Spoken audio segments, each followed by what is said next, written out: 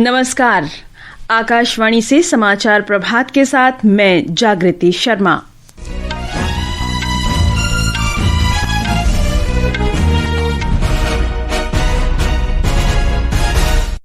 प्रधानमंत्री नरेंद्र मोदी आज चीन के तियानजिन में शंघाई सहयोग संगठन शिखर सम्मेलन के पूर्ण सत्र को संबोधित करेंगे।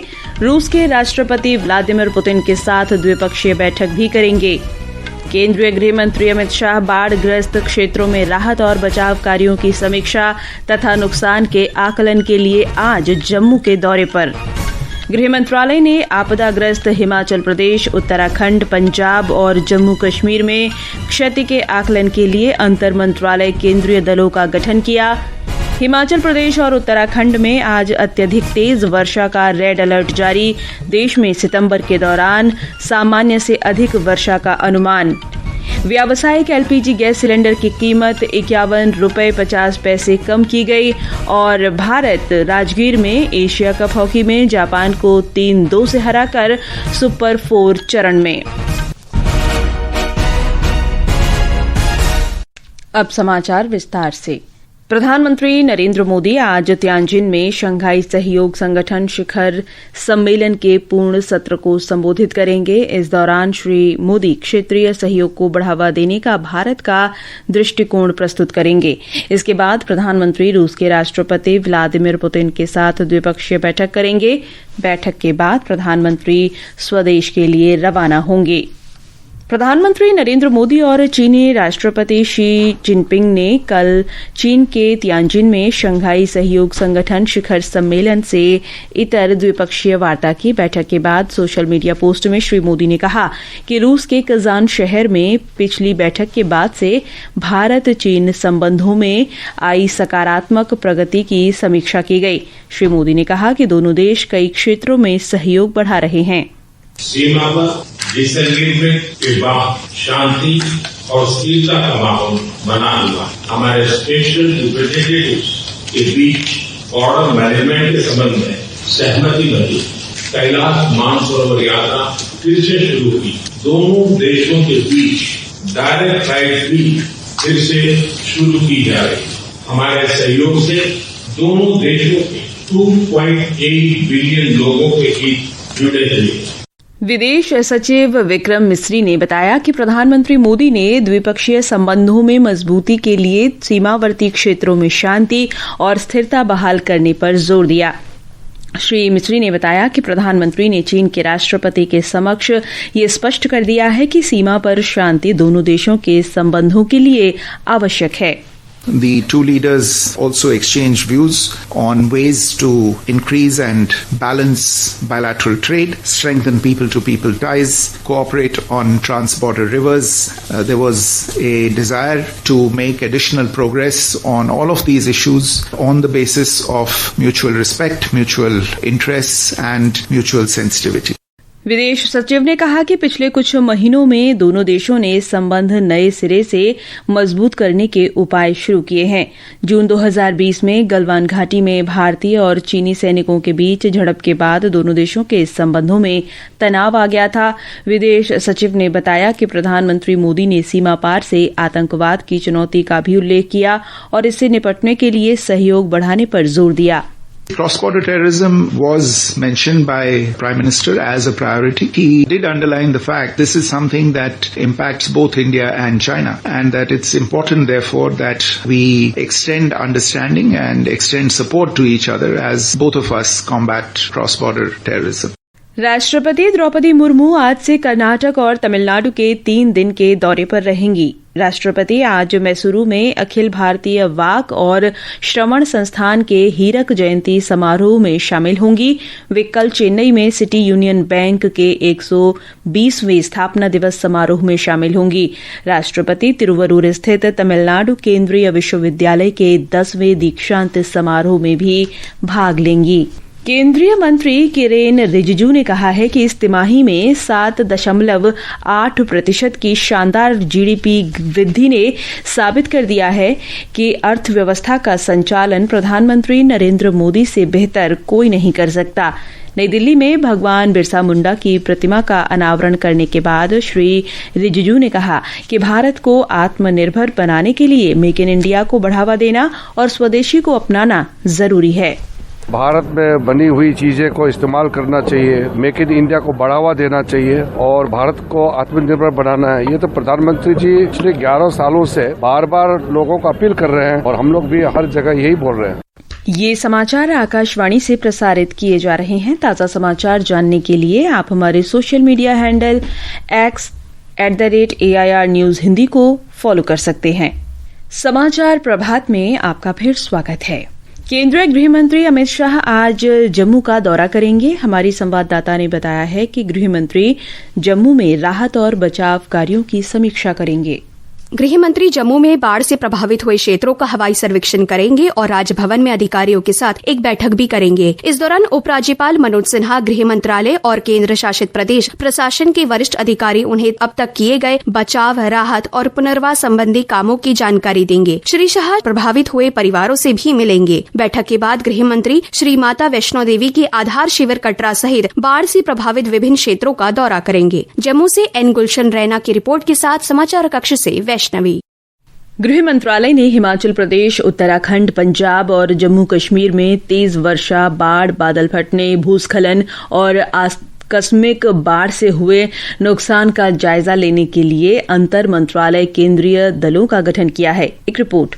गृह मंत्रालय ने हिमाचल प्रदेश, उत्तराखंड, पंजाब और जम्मू कश्मीर में तेज वर्षा, बाढ़, बादल फटने, भूस्खलन और आकस्मिक बाढ़ से हुए नुकसान का जायजा लेने के लिए अंतर मंत्रालय केंद्रीय दलों का गठन किया है। गृह मंत्री अमित शाह के निर्देश पर ये दल मौके पर जाकर स्थिति का आकलन करेंगे और राज्य सरकारों के राहत कार्यों की समीक्षा करेंगे। वित्तीय वर्ष 2025-26 में केंद्र सरकार ने 24 राज्यों को तत्काल राहत उपलब्ध कराने में सक्षम बनाने के लिए राज्य आपदा प्रबंधन कोष में 10,000 करोड़ रुपए से अधिक की राशि जारी की है। राष्ट्रीय आपदा प्रबंधन कोष से 12 राज्यों को करीब 2,000 करोड़ रुपए जारी कर दिए गए हैं। समाचार कक्ष से मैं आशा निवेदी।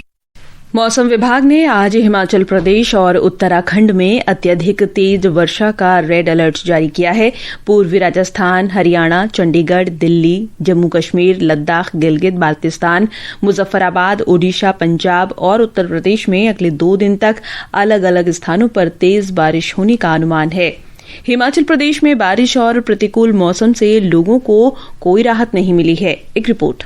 प्रदेश में मानसून का कहर लगातार जारी है और मौसम विभाग ने आज भी राज्य के कई स्थानों में भारी से बहुत भारी बारिश का रेड अलर्ट जारी किया है। मौसम विभाग की चेतावनी को देखते हुए प्रदेश के 10 जिलों शिमला, सोलन, सिरमौर, मंडी, चंबा, कांगड़ा, ऊना, हमीरपुर और बिलासपुर में आज सभी शैक्षणिक संस्थान बंद रहेंगे। मुख्यमंत्री सुखविंदर सिंह सुक्खू ने जिला प्रशासन को राहत व बचाव कार्यों में तेजी लाने के निर्देश दिए हैं। प्रभा शर्मा, आकाशवाणी समाचार, शिमला।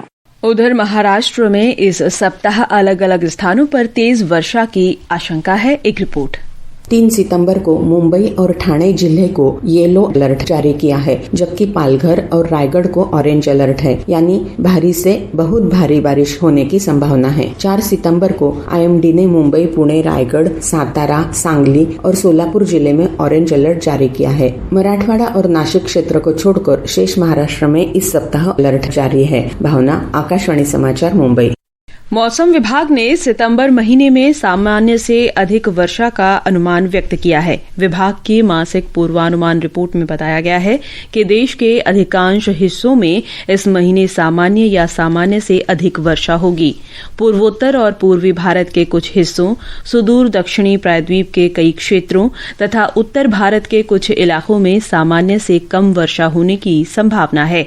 मौसम विभाग ने बताया कि सामान्य से अधिक वर्षा से कृषि और जल स्रोतों को लाभ होगा, लेकिन बाढ़ और भूस्खलन का खतरा हो सकता है। यातायात में व्यवधान और स्वास्थ्य चुनौतियों का जोखिम बढ़ सकता है। व्यावसायिक उपयोग के लिए LPG सिलेंडर की कीमत आज से 51 रुपये 50 पैसे कम हो गई है। तेल विपणन कंपनियों ने बताया कि अब दिल्ली में 19 किलोग्राम का कमर्शियल LPG सिलेंडर 1,580 रुपये में मिलेगा। हालांकि 14.2 किलोग्राम के घरेलू रसोई गैस सिलेंडर की कीमत में कोई बदलाव नहीं किया गया है। और अब खेल जगत की खबरों के साथ हैं हिमांशु कांडपाल।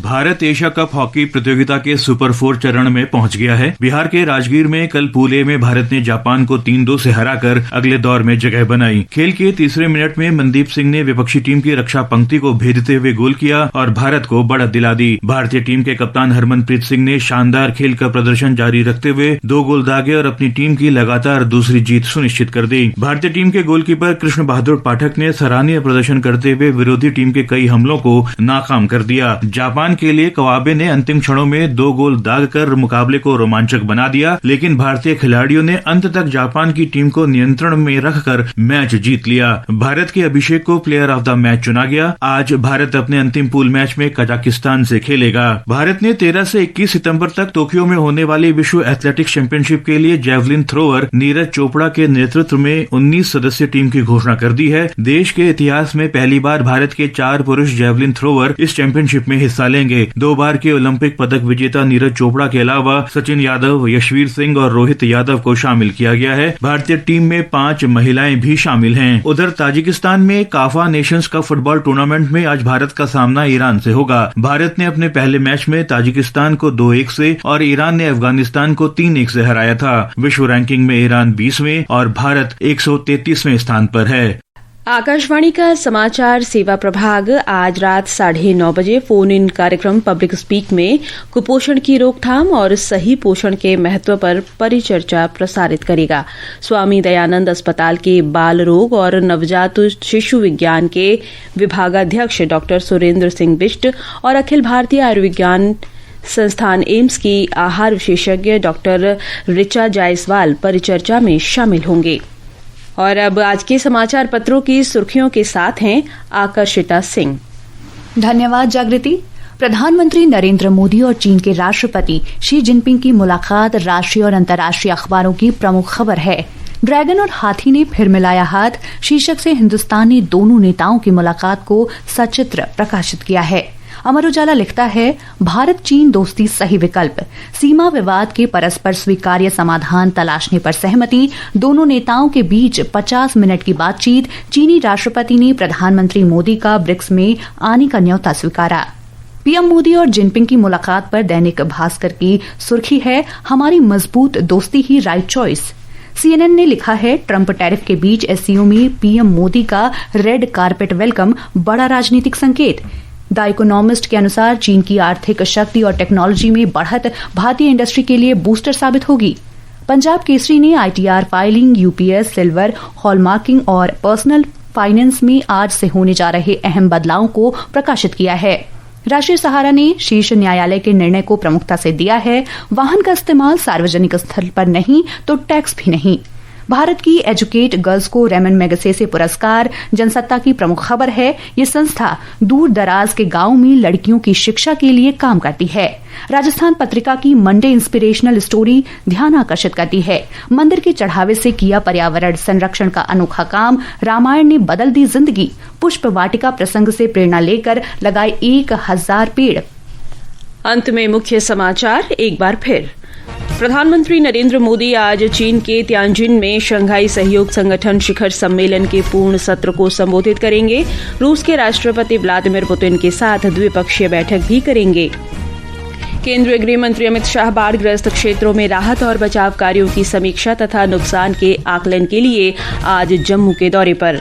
गृह मंत्रालय ने आपदाग्रस्त हिमाचल प्रदेश, उत्तराखंड, पंजाब और जम्मू कश्मीर में क्षति के आकलन के लिए अंतर मंत्रालय केंद्रीय दलों का गठन किया। हिमाचल प्रदेश और उत्तराखंड में आज अत्यधिक तेज वर्षा का रेड अलर्ट जारी। देश में सितंबर के दौरान सामान्य से अधिक वर्षा का अनुमान। व्यावसायिक एलपीजी गैस सिलेंडर की कीमत 51 रुपये 50 पैसे कम की गई और भारत राजगीर में एशिया कप हॉकी में जापान को 3-2 से हराकर सुपर 4 चरण में। इसके साथ ही समाचार प्रभात का ये अंक समाप्त हुआ। नमस्कार।